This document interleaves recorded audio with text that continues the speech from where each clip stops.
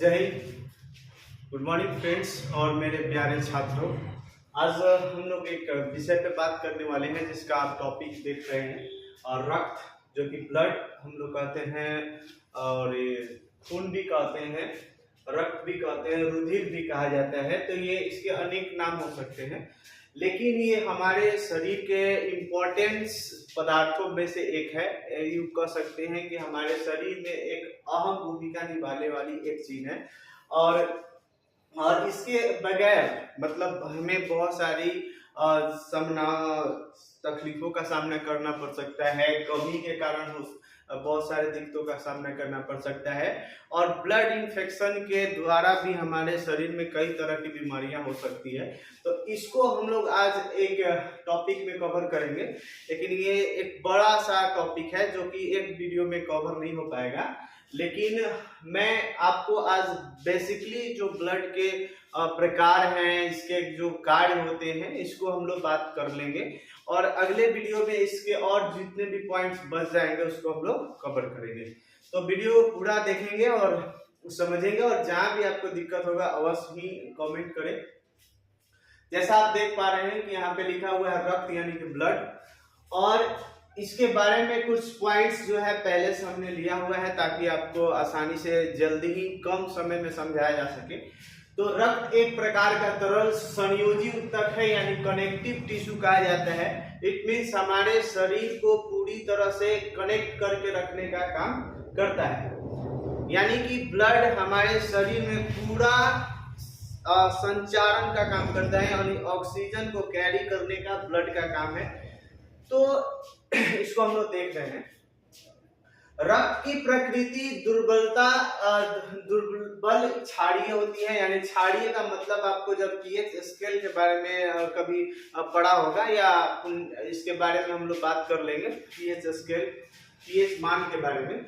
तो इसका पीएच मान 7.4 होता है। तो पीएच स्केल की अगर जब हम बात करें तो इसमें आपका पीएच स्केल के हिसाब से हम लोग अगर हम बात करें पीएच स्केल में, तो जैसे इस पे पीएच स्केल में ना जो है 0 से लेकर और 14 तक अंक लिखे जाते हैं पीएच मान के बारे में बात करें, और ये 7 होता है, और 7 से पहले अगर रहता है तो इसको हम लोग कहते हैं अम्लीय। हम शॉर्ट में बता देते हैं, और यहाँ पे हो जाता है उदासीन, उदासीन हो जाता है। और इधर अगर जाता है तो इसको हम लोग बोलते हैं क्षारीय। तो इसकी जो प्रकृति होती है 7.4 होती है। तो इस हिसाब से हम लोग जान पाए हैं कि ये क्षारीय प्रकृति की होती है, यानी कि ब्लड जो है हमेशा क्षारीय होता है। 7 से कम अगर होता है तो उदासीन होता है। आगे अगर हम बात करें कि सामान्य व्यक्ति के शरीर में रक्त की जो मात्रा है वो शरीर के भार का 7% है।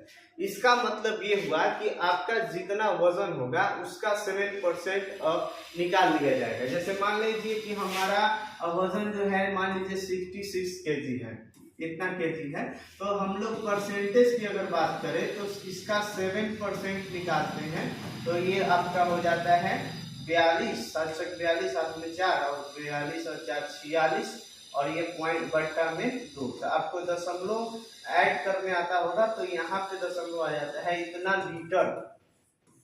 यानी कि मेरे अगर शरीर में ब्लड की अगर मात्रा की बात की जाए तो वो 4 लीटर और 600 ml पॉइंट समथिंग के करीब में ब्लड होगा। इसी तरह आप अपने शरीर के भी ब्लड की मात्रा को पता कर सकते हैं आपके अकॉर्डिंग टू योर वेट। ठीक है, आगे हम लोग बात करते हैं। अगर पुरुष में अगर बात करें तो ये ब्लड नॉर्मल व्यक्ति जिसकी उम्र 21 के आसपास हो या उससे ज्यादा हो, और उसका वेट जो है 60 से लेके 65 केजी के आसपास होना चाहिए, या 70 केजी के आसपास होना चाहिए। तो उसमें एक पुरुष में 5 से 6 लीटर का ब्लड होता है, और मेल में 4 से 5 लीटर। और आगे लिखा हुआ है कि रक्त के अध्ययन को हम लोग हेमेटोलॉजी कहा जाता है। यानी कि इसका जो अध्ययन होता है, यानी कि ब्लड के बारे में जितनी भी जानकारी है, जैसे आप सुने होंगे कि ब्लड का 4 ग्रुप होता है, ए बी, ए बी और ओ। उसपे भी फिर आपको पढ़ाया जाता है कि A plus positive, A negative, A B positive, इस तरह के जो अध्ययन होते हैं। इसके अलावा उसमें कौन कौन से एंटीजन एंटीबॉडी पाए जाते हैं, उस सारे चीजों का अध्ययन जो है हेमेटोलॉजी के अंतर्गत कहा जाता है। इसके बारे में हम लोग जानेंगे। और ये अगला हम लोग देख पा रहे हैं कि रक्त का संगठन मीन्स इसका कंपोजिशन ऑफ ब्लड, क्या क्या चीजों से मिलकर ब्लड बना हुआ है, इसको हम लोग जानेंगे। तो यहाँ पे आप देख पा रहे हैं कि ब्लड को दो भागों में पहले बांटा गया है, जैसे कि एक तरफ लिखा हुआ है प्लाज्मा और एक तरफ लिखा है रुधिराणु या रक्त कणिकाएं। तो इसमें रक्त का 55% भाग, कहीं कहीं पे 60% भी लिखता है, तो 55% भाग जो है प्लाज्मा होता है और इसका रंग पीला होता है। प्लाज्मा का कलर पीला होता है। और ये रुधिराणु को फिर 3 तरह से बांटा गया है, आरबीसी, डब्ल्यूबीसी, प्लेटलेट्स। यानी कि हमारे ब्लड के अंदर ये चीजें रहती हैं। उसके अलावा अब प्लाज्मा के अंदर क्या रहता है उसको भी यहाँ पे हमने लिखा हुआ है, यहाँ पे देख लीजिए। और यहाँ पे लिखा हुआ है कि प्लाज्मा के अंतर्गत जितना मान लीजिए प्लाज्मा निकालेंगे उसमें से 90% जल होगा, 7% उसमें प्रोटीन पाया जाएगा। इसके अलावा लवण 0.9 और ये यानी ये दोनों मिला के 1% होगा और 2% ये। तो आप काउंट करेंगे 90, 7, 97 और 1 98 और 2 100। यानी इस तरह से 100% प्लाज्मा में इतना इतना भाग रहता है। आगे देखेंगे। इसके बाद हम लोग ये भी बात करेंगे कि किसकी कितनी कितनी संख्या होती है। तो इसमें आरबीसी मतलब होता है रेड ब्लड सेल्स और इसमें हो जाता है डब्ल्यूबीसी यानी व्हाइट ब्लड सेल्स। इसके बाद यहाँ पे प्लेटलेट्स है, रक्त बिंबाणु भी कहा जाता है। तो सभी का अलग अलग कार्य है, तो हम लोग कार्य को भी जानेंगे। ऐसे मोटा मोटी ये जान लीजिए, ये हमारे हीमोग्लोबिन के ऊपर डिपेंड करता है और आरबीसी की कमी के कारण आपको एनीमिया नामक रोग हो सकता है, जो कि आगे हम लोग देख लेंगे। ये हमारे शरीर को प्रतिरोधक क्षमता को बढ़ाती है, प्रतिरोधक क्षमता भी कहा जाता है। और ये प्लेटलेट्स है, सेम कार्य करते हैं हमारे बॉडी के लिए।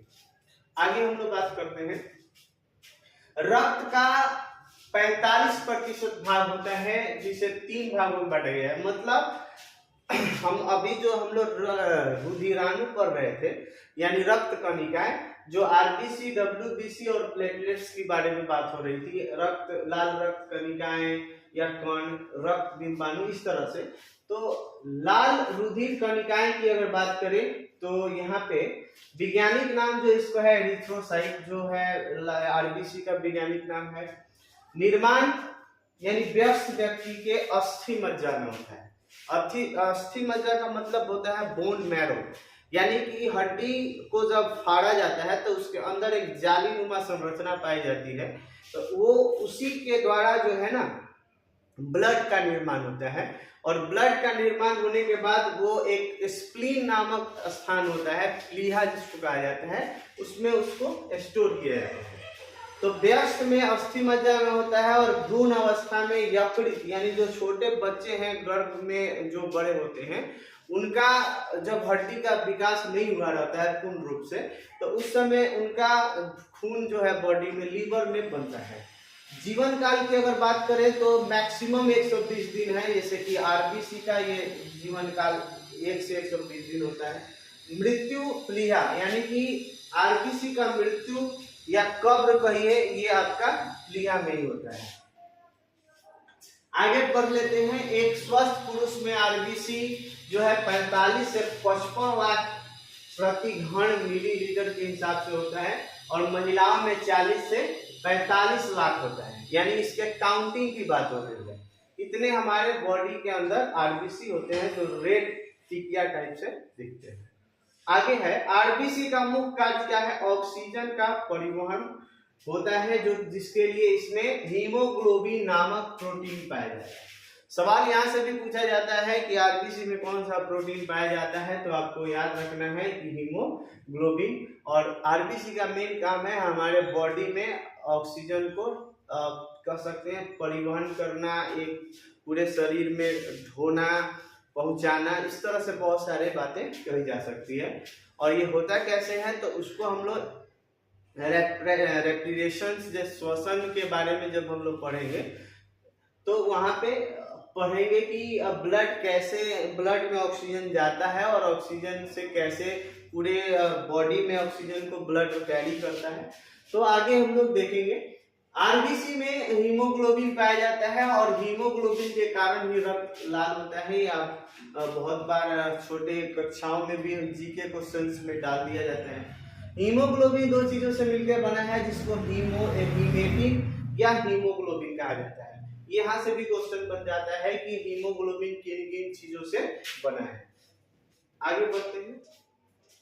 अब आ जाते हैं हम लोग प्लाज्मा, यानी कि जो है रक्त रुधिकाणु के बाद एक और भाग जो बताया गया था आपको, जिसपे बताया गया कि प्लाज्मा 55% हमारे ब्लड के अंदर होता है। और निकाला कैसे जाता है, तो जब आपके बॉडी से अगर जब भी ब्लड को निकाला जाता है तो उसको कुछ देर के लिए रख दिया जाता है, 1 घंटे 2 घंटे के लिए।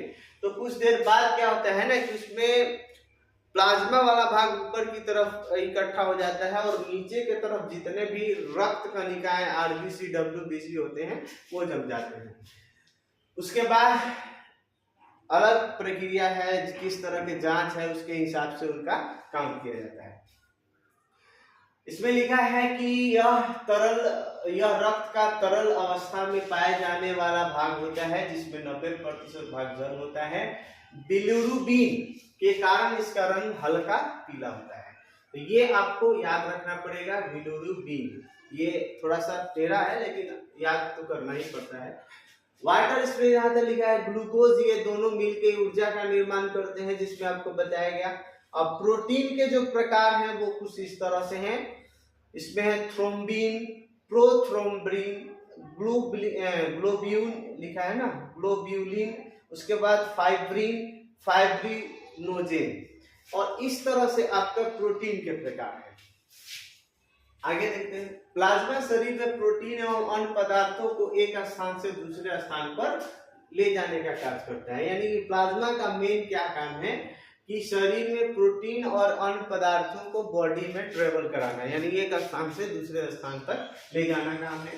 प्लाज्मा में पीएच मान को संतुलित करके रखता है। यानी प्लाज्मा रक्त में पीएच मान, यानी कि आपको बताया गया शुरू में ही कि पीएच मान होता है 7.4, तो इसको कंट्रोल करने का काम कौन करता है, तो प्लाज्मा ही करता है। रक्त का थक्का जमने में सहायक होता है, ग्लूकोज को बाकी अंगों तक पहुंचाता है। ये आप नोट कर लेंगे और एक यहाँ से ऑब्जेक्टिव क्वेश्चन बन जाते हैं। आगे बढ़ते हैं कि इसी के बाद में है और खराब हुई आरबीसी प्लीहा में ही जाकर नष्ट हो जाती है, इसलिए इसे आरबीसी की कब्र भी कहते हैं और इसे ब्लड बैंक भी कहा जाता है। यानी कि आरबीसी का ब्लड बैंक, यानी कि आरबीसी कहाँ जाके स्टोर होता है, तो वो भी आपको ध्यान रखना है। ये कहाँ पे रहते हैं, तो ये प्लीहा के अंतर्गत रहते हैं। अब देखिए आरबीसी में केंद्रक नहीं पाया जाता है और कुछ एक्सेप्शंस अपवाद दिए हैं, जिसमें ऊंट एवं लांबा जो जीव है इसमें प्रजाति के जीवों में आरबीसी केंद्रक पाए जाते हैं। यानी कि इनके जो आरबीसी रेड ब्लड सेल्स होते हैं इनमें आपका केंद्रक पाया जाता है। अब लास्ट में हम लोग आ जाते हैं। ये एक फोटो लिया गया है, जैसे ये हमारा समझ लीजिए नस है, वेसल्स, इसी में ब्लड घूमते हैं और इसी में आपको जो है यहाँ पे लिखे हैं ब्लड वेसल्स, मतलब होता है कणिकाएं, रुधिर कणिकाएं, ठीक है। इसमें नस भी कहा जाता है इसको, नलिकाएं। आगे है रेड ब्लड सेल्स, यहाँ पे ये जो दिख रहा है। उसके बाद यहाँ प्लेटलेट्स की जो संरचना है वो कुछ टेढ़े मेढ़े साइज के होते हैं। उसके बाद प्लाज्मा, जो ये पीला तरह का जो तरल पदार्थ मिल रहा है वो आपका प्लाज्मा है। और व्हाइट ब्लड सेल्स जो है कुछ इस तरह से व्हाइट व्हाइट दिखते हैं। आगे ये बड़ा और टॉपिक हो जाएगा, क्योंकि अभी डब्ल्यूबीसी के प्रकार बताने होते हैं। उसके बाद इसमें आरबीसी के अंदर और भी जो उसके क्या क्या क्रियाएं हैं उसको भी जानेंगे हम लोग। फिलहाल एक ब्लड के अंदर ये सभी एक दूसरे से घुले हुए रहते हैं, यानी एक दूसरे में मिक्स रहते हैं और पूरे ब्लड में घूमते रहते हैं। और थोड़ा सा ब्लड निकाल के उसमें इसकी संख्या को काउंट करके पर मिलीघन के हिसाब से काउंट कर लिया जाता है, और उससे आपके ब्लड में हीमोग्लोबिन, आरबीसी, डब्ल्यूबीसी, प्लेटलेट्स के कितने काउंट्स हैं उसको पता कर लिया जाता है। ऐसे मैं बता दूं आपको कि इसमें अभी जस्ट आपको बताया गया कि कितना कितना क्या होता है। तो एक सिंपल सा जैसे हम लिख देते हैं यहाँ पे कि आरबीसी की अगर हम लोग बात करें, आरबीसी की तो है तो मैक्सिमम जो है यहाँ 45 से लेके 50 या 55 लाख लिखता है, 55 लाख तक इसकी संख्या होती है। अगर डब्ल्यूबीसी की हम लोग बात करें तो डब्ल्यूबीसी की ये संख्या जो होती है ये कम होती है, 8 से लेकर 8000 से लेके 10,000 तक इसकी संख्या होती है, ये हजार में होती है। और प्लेटलेट्स की अगर हम बात करें तो इसकी संख्या जो है ना 2 लाख के करीब होती है, 2 लाख। तो इस तरह से और भी इसके बारे में जो वीडियो डिटेल्स होंगे, यानी इसके बारे में जितने भी और पॉइंट्स हैं जो हम लोग अगले वीडियो में कवर करेंगे। तो आपको मैं आशा करता हूं कि आप समझे होंगे, और कमेंट जरूर करें, लाइक करें और चैनल को सब्सक्राइब करें। जय हिंद।